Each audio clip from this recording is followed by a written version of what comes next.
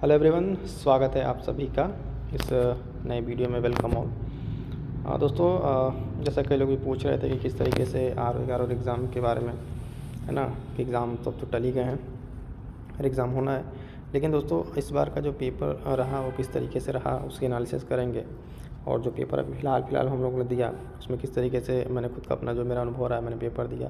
Paper no doubt बहुत tough था, लेकिन दोनों अगर मिला के देखें, हिंदी और ये, तो उसमें किस तरीके से मेरा स्कोर कैसे कितना रहा, मैंने अपना किस तरीके से स्ट्रेटजी बनाई थी, है ना। तो पहले जिसका ट्रेंड है उसको एनालिसिस कीजिए। और आपको अपने पढ़ने के तरीके में थोड़ा सा बदलाव करना पड़ेगा। क्यों करना पड़ेगा उसका आगे चल कर हम बात करेंगे। सबसे पहले कि आप देख रहे हैं जिस तरीके से कंपटीशन है, री एग्ज़ाम के बारे में हम बात कर रहे हैं। एरो री एग्ज़ाम, ठीक है। स्ट्रैटजी 2.2 क्योंकि एग्ज़ाम फिर से होना है। और अगर हम अपने आप को अपडेट नहीं करेंगे, न्यू ट्रेंड एनालिसिस के अकॉर्डिंग अगर नहीं चलेंगे दोस्तों ना, तो फिर एग्ज़ाम बहुत ही मुश्किल होने वाला है। क्योंकि अभी आपको आगे पता चलेगा, बताते हैं कि क्यों। इस बार का अगर देखेंगे पेपर का पैटर्न ना, तो आपको खुद ही समझ में आएगा कि सिर्फ ऑनलाइनर पढ़ने से, ऊपर कोई 2-4 किताब पढ़ लेने से नहीं होने वाला है ना। तो आप बने रहिए वीडियो में, हम पूरे आपको बात करते हैं, दिखाएंगे आपको कैसे कैसे क्या इसमें है, कहाँ से चीज़ें पढ़नी है। और आपको लास्ट में ना शॉर्ट नोट्स बनाने की कुछ टिप्स भी बताएंगे, कैसे कैसे शॉर्ट नोट्स बनेंगे, ठीक है। तो उस पर भी हम आपसे बात करेंगे। चलिए, सबसे पहले हम आपको दिखाते हैं कि इस बार का जो पेपर रहा है ना, वो कैसे रहा, किस सेगमेंट से कैसे क्वेश्चन पूछे गए थे। तो पहले देखिए 11 फरवरी का जो पेपर हमारा हुआ है ना, 11 फरवरी का जो पेपर, उसमें देखिए क्या कैसे कैसे पूछा गया था। ध्यान से समझते चलिएगा चीज़ों को कि क्या कैसे कैसे इसमें आया था। प्राचीन इतिहास से एक क्वेश्चन, बाकी मिसलिनियस में भी रहा होगा, लेकिन मोटा मोटी एक अप्रॉक्स हम अंदाजा रहा है, कोई एग्जैक्ट नहीं कि इतना लिख दिए हैं तो इतना ही क्वेश्चन आया था, ठीक है। एक अप्रॉक्स जनरल है। अब देखो सबसे ज़्यादा इसमें क्वेश्चन आए थे ना ज्योग्राफी से, 25 क्वेश्चन, ठीक है। ज्योग्राफी हो गया। उसके बाद से हम देखें साइंस 14 से 15 क्वेश्चन, आधुनिक मॉडर्न हिस्ट्री 14 से 16 क्वेश्चन, तीसरा 3 पॉइंट हो गया। चौथा देखें मिसलिनियस था। उसके बाद से करंट अफेयर के 18 क्वेश्चन। करंट अफेयर के बारे में हम बात करेंगे सेपरेट, या फिर इसी में थोड़ा सा बता देंगे कैसे नोट्स बने, क्या करें। क्योंकि सिर्फ ऑनलाइन पढ़ने से, मैगजीन इस तरह से देखने से चीज़ें जल्दी कवर अप नहीं होंगी, तो इस चीज़ का ध्यान रखिएगा। ये चीज़ पहले दिमाग में बैठा लीजिए, कहाँ से कितने क्वेश्चन आ रहे हैं, है ना। अब हम आपको ले चलते हैं, दिखाते हैं क्वेश्चन का पैटर्न कैसा था। पूरे पेपर को अगर एनालाइज करेंगे ना, ये चीज़ होती है एनालाइज करने वाले, आपको बताते हैं। पूरे पेपर में अगर देखें हम, 11 फरवरी के जो आर का पेपर हुआ, आप उठा के देखिएगा पेपर किस तरीके से पेपर था और कैसे इसको डील करना था।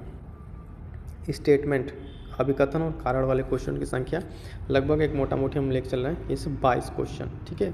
एग्जैक्ट देखेंगे अगर तो इस तरीके से 22 क्वेश्चन थी अभिकथन और कारण वाले की, ठीक है।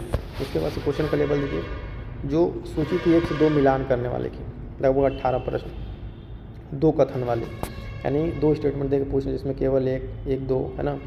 फिर ऐसे करके पूछता लगभग 40 प्रश्न। तो अब सोचिए आप यहाँ पे, अगर आप सिर्फ ऑनलाइनर पढ़ रहे हैं, तो ऑनलाइनर पढ़ के आप कैसे इस तरह के क्वेश्चन को आप डील करेंगे, है ना। सीक्वेंस वाला जो 1 2 3 4 दे दिया रहा, तो उससे उस तरह के लगभग 10 क्वेश्चन थे। वन लाइनर सिर्फ 8 के लिए केवल, मतलब इस तरीके 10 के रेंज में थे, 8 से 10 के। विविध वाले प्रश्न कैसे हल करना है उसके बारे में तो थोड़ा सा भी देखेंगे, नो डाउट उसके लिए क्या करना है। लेकिन अब देखिए, अगर आपको परीक्षा पार करनी है, सीरियस एक एस्पिरेंट है, तब ये बात ध्यान रखिएगा कि एक सीरियस एस्पिरेंट के लिए क्या ज़रूरी है, एग्ज़ाम की डिमांड क्या हो रही है, एग्ज़ाम किस तरीके के हिसाब से।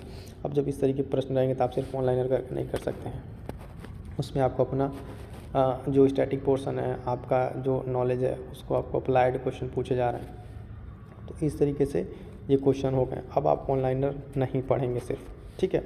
क्वेश्चन समझ लीजिए, क्वेश्चन को देख लीजिए कैसे कैसे आ रहे हैं, अब कहाँ से कौन से सोर्सेज पढ़ने हैं, उस पर थोड़ा सा बात कर लेते हैं। उसके बाद डिटेल वीडियो फिर कहीं बनाएंगे। इतिहास देख लीजिए, इतिहास की बात करें, प्राचीन और मध्यकालीन एलुसेंट से पढ़ लिए, ठीक है। लेकिन मॉडर्न के लिए स्पेक्ट्रम अब आपको पढ़ना ज़रूरी है ना। स्पेक्ट्रम आपको बहुत ज़रूरी हो गया, क्योंकि बिना उसके नहीं होने वाला है। उसके बाद से अगर देखें भूगोल, तो महेश बर्णवाल की बुक आती है, एनसीईआरटी बेस्ड है, या फिर उस किताब से बेसिक्स आप तैयार कीजिए। और एटलस के साथ जो भी चीज़ प्लेस न्यूज़ में है उसको आप देखते चलिए, बिना उसके नहीं, है ना। पर्यावरण, मैंने खुद एक बुक फॉलो की थी, पर्यावरण और ये राजव्यवस्था पॉलिटिकल परीक्षावाणी की। इसके लिए मॉडर्न की भी आती है, आधुनिक भारत, वो भी देख सकते हैं। लेकिन वहाँ पे थोड़ा सा उतना एलोबरेट करके नहीं डिटेल में है, लेकिन स्पेक्ट्रम आप यहाँ पर देख लेंगे तो आपको बेहतर रहेगा। साइंस के लिए नो डाउट जितना लूसेंट जीके में दिया उतना आप कर लें तो वही सफिशेंट है ना। बाकी करंट अफेयर्स के लिए अपने आप को अपडेट करते रहें। तो ये सोर्सेज कुछ आप फॉलो करके देखें और बाकी एकदम डिटेल में पढ़ने की कोशिश करें। ये ऊपर वाला पढ़ने से तो कतई नहीं होने वाला है। करंट अफेयर का क्या कर रहे हैं, करंट अफेयर अगर आप डेली बेसिस पे कर रहे हैं तो बहुत बेहतर है। आप सोच रहे हैं लास्ट में वार्षिकांक या फिर मंथली पढ़ के चले जाएंगे तो हो जाएगा, ठीक है, वो तो लास्ट का ऑप्शन है। लेकिन अगर उसको भी पढ़ रहे हैं तो 3 से 4 बार आप उसको रिवीजन करे रहेंगे तभी डेटा आपको वहाँ पे एग्ज़ाम में क्लिक करेगा। क्योंकि इस बार क्वेश्चन किस तरीके से आप देख सकते हैं कि सिंपली लोग लट के आते हैं कि कौन कौन सा अभियान कहाँ, जैसा अजय वॉरियर पूछ लिया था, है ना, उसको किसने लॉन्च किया ये पूछ लिया था। तो इस तरीके स्टेटमेंट फ्रेम हो सकते हैं। अर्थव्यवस्था वही घटना चक्र आप रिवीजन कर लें तो इकोनॉमिक क्वेश्चन हो जाएंगे, है ना। बाकी जो उसमें अपडेट करना था करंट सब अपडेट कर सकते हैं। परीक्षावाणी विशेष के लिए वही फिर उत्तर प्रदेश विशेष के लिए आप कर सकते हैं परीक्षावाणी का।